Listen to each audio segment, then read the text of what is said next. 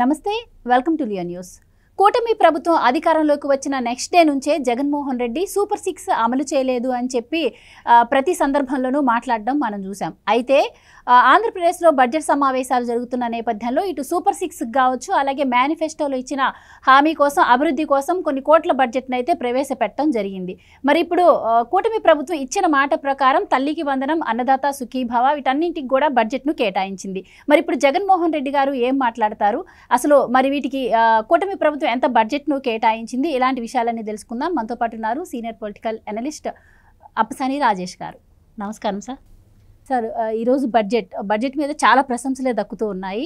ముఖ్యంగా జగన్మోహన్ రెడ్డి గారు తల్లికి వందనం పైన చాలా మాటలు మాట్లాడటం కూడా మనం చూసాం. సో ఇప్పుడు తల్లికి వందనం ఓవరాల్గా సూపర్ 6కి అయితే బడ్జెట్ను కేటాయించారు. సో మీరేం చెప్తారు? ఇప్పుడు ఏ ప్రభుత్వానికైనా సరే తన వార్షిక ఆదాయ వ్యయాల పట్టికని అసెంబ్లీకి సమర్పించడాన్ని బడ్జెట్ సమర్పించడం అంటారు. అంటే ఎంత రెవెన్యూ వస్తుంది, ప్రభుత్వానికి ఉన్న ఆదాయ వనరులు ఏంటి, ఎంత ఆదాయం సమకూర్చుకుంటూ ఉన్నారు, ఈ ఆదాయాన్ని రాబోయే ఆర్థిక సంవత్సరంలో ఏ ఏ రంగాలని ప్రాధాన్యతగా గుర్తించి ఏ విధంగా ఖర్చు చేయబోతున్నారు, ఇది చాలా స్థూలంగా ఆ ప్రభుత్వ రాబోయే ఒక సంవత్సరానికి సంబంధించిన ప్రణాళికని ప్రజలకి తెలియజేయటం. అధికారిక డాక్యుమెంట్ అది. బడ్జెట్ ప్రతిపాదన అనేది అధికారిక డాక్యుమెంట్. ఈ అధికారిక డాక్యుమెంటు అంటే ఏమవుద్దంటే రాబోయే ఆర్థిక సంవత్సరానికి సంబంధించి ముందస్తు అంచనాలతో బడ్జెట్ ఎస్టిమేట్స్ సమర్పిస్తారు. సమర్పించిన తర్వాత ఒక్కొక్కసారి ఏమవుతుందంటే కొన్ని ఆదాయాలు పెరగొచ్చు, కొన్ని ఆదాయాలు తగ్గొచ్చు. అలాగే ఆయా రంగాలకి చేసిన కేటాయింపులు కూడా మార్పు చేర్పులకు లోనవుతూ ఉంటాయి. సపోజ్ ఇరిగేషన్ రంగానికి ఈ ఆర్థిక సంవత్సరంలో ఇన్ని వేల కోట్ల రూపాయలు ఖర్చు పెట్టాలి అనేది ఒక ప్రతిపాదన ఉంటుంది. కానీ వాస్తవ రూపంలో ఆ ఖర్చు పెరగొచ్చు, తగ్గొచ్చు.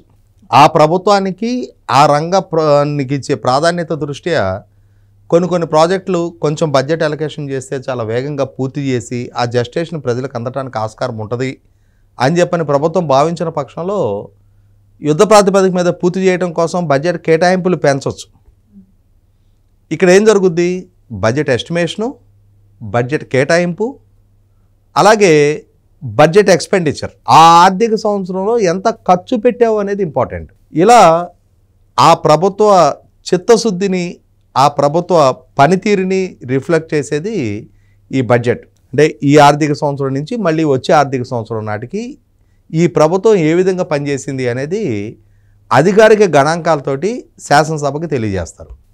ఇక్కడ గమనించుకుంటే ఎన్డీఏ కూటమి ప్రభుత్వం ముఖ్యమంత్రిగా చంద్రబాబు నాయుడు గారి నాయకత్వంలో 2024 జూన్ 12వ తారీఖు రోజు పదవి బాధ్యతలు చేపట్టిన తర్వాత అప్పటికి కోడ్ ఆఫ్ కాండక్ట్ ఎన్నికలు సమీపిస్తున్న నేపథ్యంలో అప్పటి వరకు అధికారంలో ఉన్న జగన్మోహన్ రెడ్డి గారి ప్రభుత్వం ఓట్ ఆన్ అకౌంట్ అంటారు బడ్జెట్, అంటే పూర్తి స్థాయి బడ్జెట్ ప్రవేశపెట్టరు.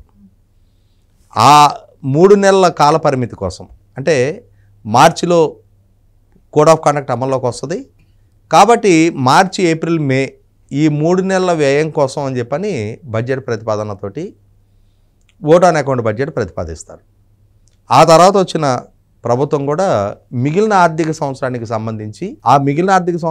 సంబంధించి కూడా రాష్ట్ర ఆర్థిక స్థితిగతుల గురించి అవగాహన చేసుకోవడానికి మొదటి 4 నెలల పాటు ఆ ఎన్డీఏ కూటమి ప్రభుత్వం కూడా తాత్కాలిక అనుమతులే శాసనసభ నుంచి పొందడం జరిగింది నెలల కాల పరిమితికి.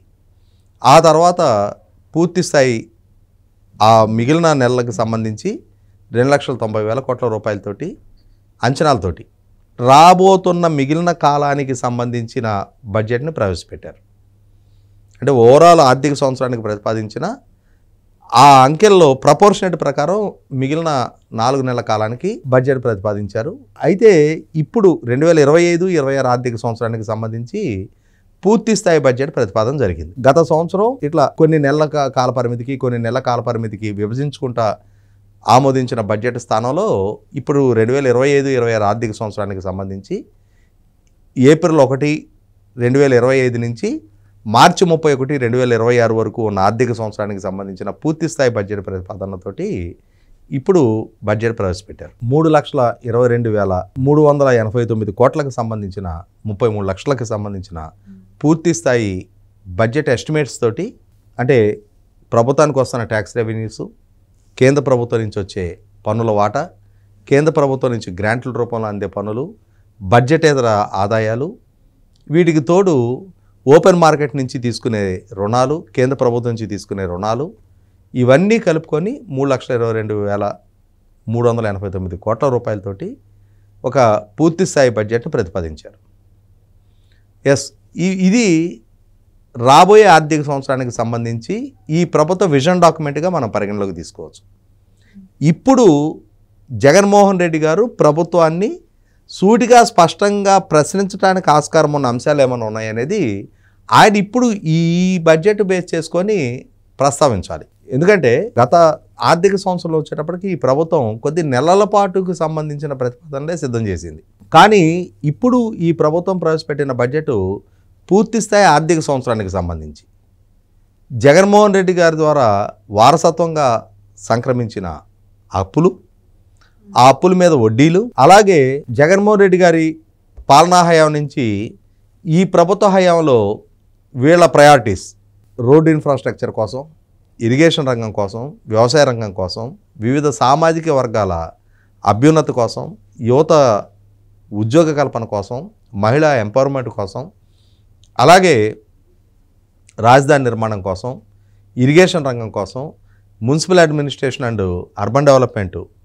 విభాగాల కోసం ఇలా కేటాయింపులు చేసుకుంటూ వస్తూ సంక్షేమాన్ని కూడా సమపాలనలో కొనసాగించడం కోసం సంక్షేమ రంగానికి కూడా తాము ఆల్రెడీ అమలు చేస్తున్న సామాజిక పెన్షన్లు, వీటికి తోడు ఎన్నికలకు ముందు తాము చేసిన వాగ్దానాలు.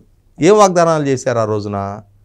మాకు గనక మీరు అధికారం ఇస్తే ప్రతి మహిళకి సంవత్సరానికి 3 గ్యాస్ సిలిండర్లు ఉచితంగా ఇస్తాము అన్నారు.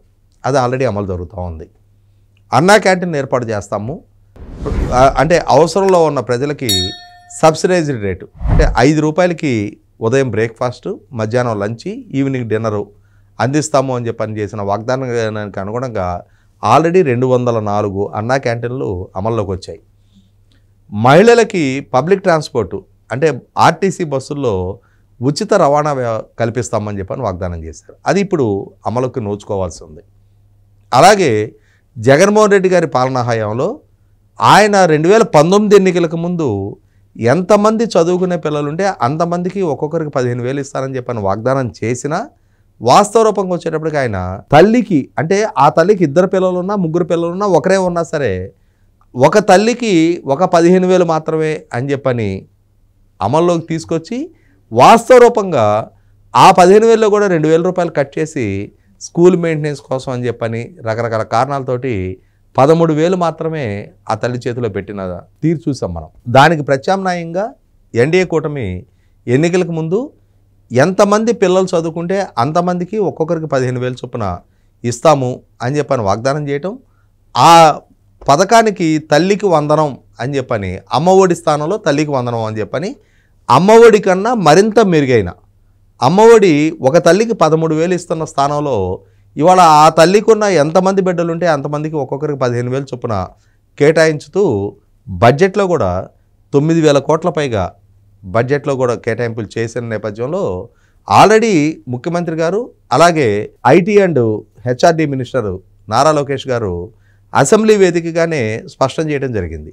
ఈ ఆర్థిక అంటే అకాడమిక్ ఇయర్ జూన్ నుంచి వేసవి సెలవులు పూర్తయిపోయి అకాడమిక్ ఇయర్ బిగిన్ అయ్యే నాటికి మే నెలలోనే ప్రతి తల్లి అకౌంట్కి ఎంతమంది పిల్లలుంటే అంతమందికి మేము ఈ తల్లికి వందనం నిధులు జమ చేస్తాము అని చెప్పిన విధంగానే దాన్ని చిత్తశుద్ధిని నిరూపించుకుంటూ ఇప్పుడు బడ్జెట్లో కూడా 9,300 కోట్ల రూపాయల ప్రతిపాదనలు బడ్జెట్లో పెట్టడం జరిగింది. కాబట్టి తాము చేసిన మరొక వాగ్దానాన్ని నెరవేర్చుకునే దిశగా ప్రభుత్వం తన చిత్తశుద్ధిని ప్రదర్శించిందనేది అర్థమవుతుంది. అదే సందర్భంలో పీఎం కిసాన్ యోజన కేంద్ర ప్రభుత్వం ద్వారా దేశవ్యాప్తంగా ఉన్న రైతాంగానికి ఒక్కొక్కరికి 6,000 రూపాయలు ఇచ్చే ప్రతిపాదన మొదటి నుంచి అమలు జరుగుతూ ఉంది. దానికి తోడుగా వాస్తవంగా చంద్రబాబు నాయుడు గారి ప్రభుత్వం అన్నదాత సుఖీభావ పేరిట ఒక్కొక్క రైతుకి 15,000 ఇచ్చే ప్రతిపాదన 2019 మార్చి నెలలో అమలు చేశారు. కానీ ఆ రోజు నాకు ఒక ఛాన్స్ ఇవ్వండి, అధికారంలోకి వచ్చిన తర్వాత ప్రతి రైతుకి సంవత్సరానికి 12,500 రూపాయలు ఇస్తాను, 4 సంవత్సరాల్లో 50,000 రూపాయలు నేను రైతాంగానికి ఇస్తాను అని చెప్పని వాగ్దానం చేసిన జగన్మోహన్ రెడ్డి గారు తన మాటలు నమ్మి అధికారం అప్పచెప్పిన తర్వాత, అధికారంలోకి వచ్చిన తర్వాత ఏం చేశారంటే, వాస్తవంగా కేంద్ర ప్రభుత్వం ఇస్తున్న 6,000తో కలిపి ఆయన 12,500 ఇస్తారని చెప్పాల. ఆ 6,000 కాక అదనంగా 12,500 ఇస్తారని చెప్పడం జరిగింది. అంటే 5 సంవత్సరాల కాలంలో కేంద్ర ప్రభుత్వం నుంచి 5 ఆరులు 30,000 రావాలి. అలాగే జగన్మోహన్ రెడ్డి గారు వాగ్దానం చేసిన ప్రకారం 4 సంవత్సరాల కాలం సంవత్సరానికి 12,500 చొప్పున 50,000 రూపాయలు జమ చేయాలి. అంటే 5 సంవత్సరాల టెన్యూర్లో రైతాంగానికి 80,000 రూపాయలు దక్కాల్సి ఉంది. కానీ జగన్మోహన్ రెడ్డి గారు ఏం చేశారు, లేదు నేను కేంద్ర ప్రభుత్వం ఇస్తున్న 6,000తో కలిపి నేను సంవత్సరానికి 13,500 చొప్పున నేను వాగ్దానం చేసిన 50,000 స్థానంలో 4 సంవత్సరాల్లో 50,000 ఇస్తానని చెప్పాను. కానీ ఇప్పుడు 5 సంవత్సరాల కాలంలో కేంద్ర ప్రభుత్వం ద్వారా వస్తున్న నిధులతో కలుపుకొని 67,500 ఇస్తున్నాను నేను, సంవత్సరానికి 13,500 చొప్పున అని చెప్పని ఆయన ట్విస్ట్ చేశారు. అంటే ఇక్కడ ఈ 67,500లో 30,000 కేంద్ర ప్రభుత్వమే ఇస్తుంది. ఈయన యాక్చువల్గా వాగ్దానం చేసింది 50,000. 50,000 స్థానంలో ఈ 30,000 పోతే ఆయన ద్వారా అందింది 37,500 మాత్రమే. అంటే 12,500 ఆయన చేసిన వాగ్దానంలో కోత పెట్టడం జరిగింది. ఎలా అయితే అమ్మఒడిలో ఎంతమంది పిల్లలు ఉంటే అంతమందికి 15,000 ఇస్తారని చెప్పిన వాగ్దానం స్థానం నుంచి ఒక తల్లికి 13,000 మాత్రమే అని చెప్పని కోతబెట్టి, అంటే చేసిన వాగ్దానాన్ని డీవియేట్ చేసి ఆ వాగ్దానంలో కోతలు పెట్టి అమలు చేశారో, ఈ రైతు భరోసా పేరిట అమలు చేసిన పథకంలో కూడా అదేవిధంగా కోత పెట్టడం జరిగింది. దాని స్థానంలో ఇప్పుడు ఎన్డీఏ కూటమి ప్రభుత్వం రైతాంగానికి కేంద్ర ప్రభుత్వం ద్వారా వచ్చే 6,000 కాక 14,000 కలిపి 20,000 వార్షిక ఒక్కొక్క సంవత్సరం సందర్భంగా రైతాంగానికి ఇస్తామని చెప్పారు. దానికి సంబంధించి కూడా జగన్మోహన్ రెడ్డి గారు ఎన్డీఏ కూటమి ప్రభుత్వం పదవి బాధ్యతలు చేపట్టే నాటి నుంచి డిమాండ్ చేస్తూ ఉన్నారు, మీరు ఎప్పుడు ఇంకా అమలు చేస్తారు, రైతాంగాన్ని మోసం చేస్తున్నారు, అసలు ఎందుకు చీటర్ చంద్రబాబు అనకూడదు అని చెప్పని రకరకాల విమర్శలు చేస్తూ వచ్చారు.